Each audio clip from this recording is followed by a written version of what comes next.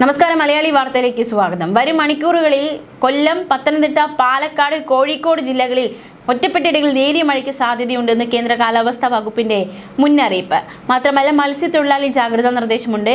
കേരള, കർണാടക, ലക്ഷദ്വീപ് തീരങ്ങളിൽ മത്സ്യബന്ധനത്തിന് തടസ്സമില്ലെന്ന് കേന്ദ്ര കാലാവസ്ഥാ വകുപ്പ് അറിയിച്ചിട്ടുണ്ട്. എന്തായാലും മഴ മുന്നറിയിപ്പുണ്ട്. കഴിഞ്ഞ ദിവസങ്ങളിലൊക്കെ ഇന്നുവരെ ഇടിമിന്നലോടുകൂടിയ മഴയ്ക്ക് സാധ്യതയുണ്ട് എന്നാണ് അറിയിച്ചിരുന്നത്. കാലവർഷം ഉടൻ എത്തണം, എത്രയും വേഗത്തിൽ എത്തണമെന്ന ആഗ്രഹത്തോടെയാണ് നമ്മൾ ആയിരിക്കുന്നത്. അത്രമാത്രം ചൂടാണ് ഇപ്പോൾ ഉണ്ടായിക്കൊണ്ടിരിക്കുന്നത്. നമുക്കറിയാം, ചുട്ടുപൊള്ളുകയാണ് കേരളം. പ്രത്യേകിച്ച് പാലക്കാടൊക്കെ അതിരൂക്ഷമാണ് ചൂടിൻ്റെ അവസ്ഥ. അവിടുത്തെ ജനങ്ങൾക്ക് വലിയൊരു ദുസ്സഹമായിരിക്കുന്നു എന്ന് വേണം നമ്മൾ മനസ്സിലാക്കുന്നത്. മാത്രമല്ല, ഈ ഉയർന്ന ചൂട്, സൂര്യാഘാതം, സൂര്യാതപം, നിർജ്ജലീകരണം തുടങ്ങി നിരവധി ആരോഗ്യ പ്രശ്നങ്ങൾക്ക് കാരണമാകും. അതുകൊണ്ട് തന്നെ പൊതുജനങ്ങൾ നിർദ്ദേശങ്ങളൊക്കെ പാലിക്കുക.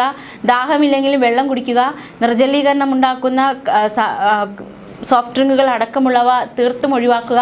അയഞ്ഞ ഇളനിറത്തിലുള്ള കോട്ടൺ വസ്ത്രങ്ങൾ ധരിക്കുക. പുറത്തിറങ്ങുമ്പോൾ പാദരക്ഷകൾ ധരിക്കുക.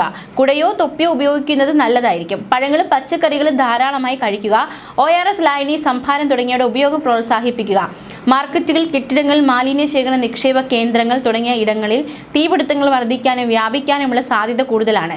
ഫയർ ഓഡിറ്റ് നടത്തേണ്ടതും കൃത്യമായ സുരക്ഷാ മുൻകരുതൽ സ്വീകരിക്കുകയും ചെയ്യേണ്ടതാണ്. ഇവയോട് ചേർന്ന് താമസിക്കുന്നവരും സ്ഥാപനങ്ങൾ നടത്തുന്നവരും പ്രത്യേകം ജാഗ്രത പാലിക്കണം. ചൂട് അധികരിക്കുന്ന സാഹചര്യത്തിൽ കാട്ടുതീ വ്യാപിക്കാനുള്ള സാധ്യതയുണ്ട്.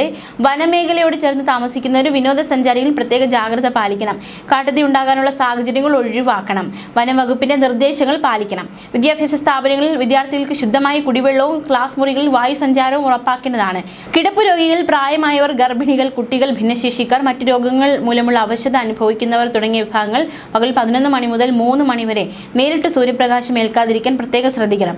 ഇത്തരം വിഭാഗങ്ങൾ എളുപ്പത്തിൽ സൂര്യാഘാതം ഏൽക്കാനുള്ള സാധ്യതയുള്ളതിനാൽ ഇവരുടെ കാര്യത്തിൽ പ്രത്യേക ശ്രദ്ധ പുലർത്തണം. ഇരുചക്ര വാഹനങ്ങളിൽ ഓൺലൈൻ ഭക്ഷണ വിതരണം നടത്തുന്നവർ ഉച്ചസമയത്ത് സുരക്ഷിതരാണെന്ന് അതാത് സ്ഥാപനങ്ങൾ ഉറപ്പുവരുത്തേണ്ടതാണ്. അവർക്ക് ചൂടേൽക്കാതിരിക്കാൻ ഉതകുന്ന രീതിയിലുള്ള വസ്ത്രദാനം നടത്താൻ നിർദ്ദേശം നൽകുക. അതുപോലെ ആവശ്യമെങ്കിൽ യാത്രക്കിടയിൽ അല്പസമയം വിശ്രമിക്കാനുള്ള അനുവാദം നൽകുക.